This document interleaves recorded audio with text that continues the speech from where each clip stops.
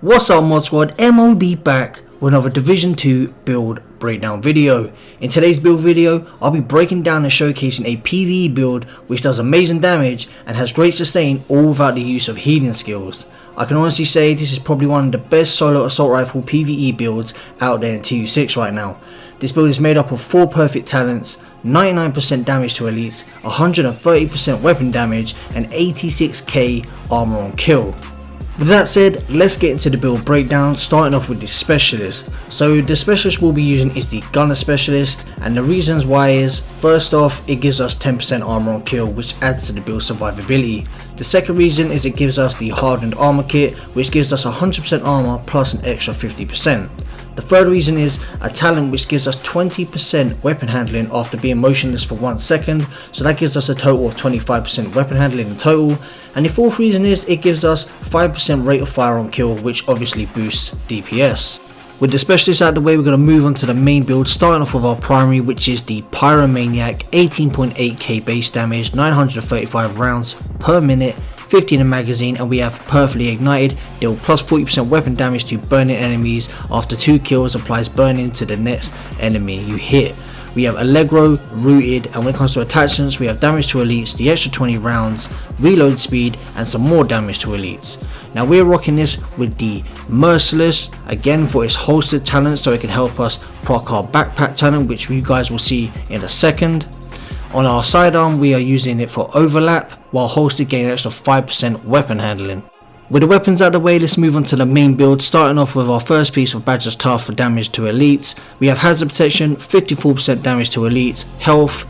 2 pieces of Badger's Tough gives us armor on kill, which is what we want for this build. Our chest piece, which is the perfect unbreakable chest piece, has total armor, weapon damage, health. And then perfectly unbreakable, which is 100% of max armor, is repaired when your armor is depleted. Basically, it's Nomad. We also have an offensive mod adding up to around 5% weapon damage, and then a defensive mod giving us a good chunk of armor on kill.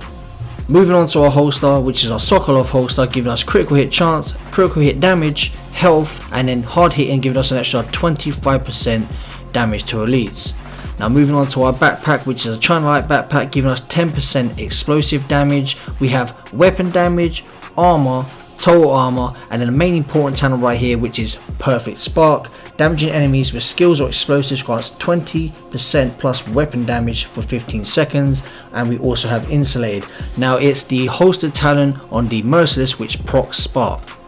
Moving on to our gloves, we have Sokolov gloves with SMG damage, high rolled AR damage, crit chance, and then perfectly wicked, which gives you an extra 20% weapon damage for 20 seconds when you apply a status effect. Now moving on to our Gilligard knee pads, giving us total armor, 15k armor rolled on them, patience for the sustain, so when you sit in cover you're getting your armor back. And when it comes to our defense mods, you want to have armor on kill. That is the main important thing when it comes to this build.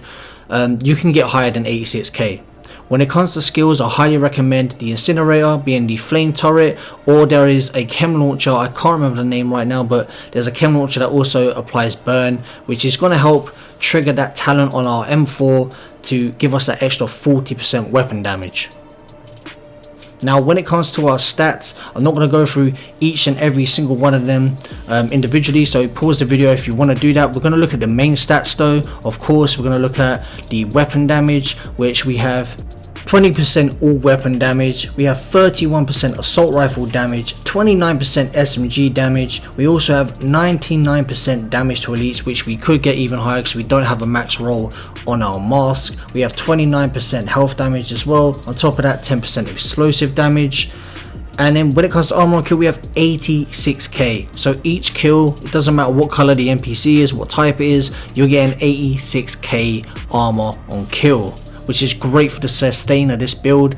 So not only do you have Unbreakable to fall back on if you get caught out in the open, which you're going to see in the gameplay. I think I do it on purpose a couple of times. You have Unbreakable to fall back on, you can fight from cover, and you'll be regenerating armor all the time because of patience. And then when you're killing NPCs, you're also gaining 86k armor back with each kill.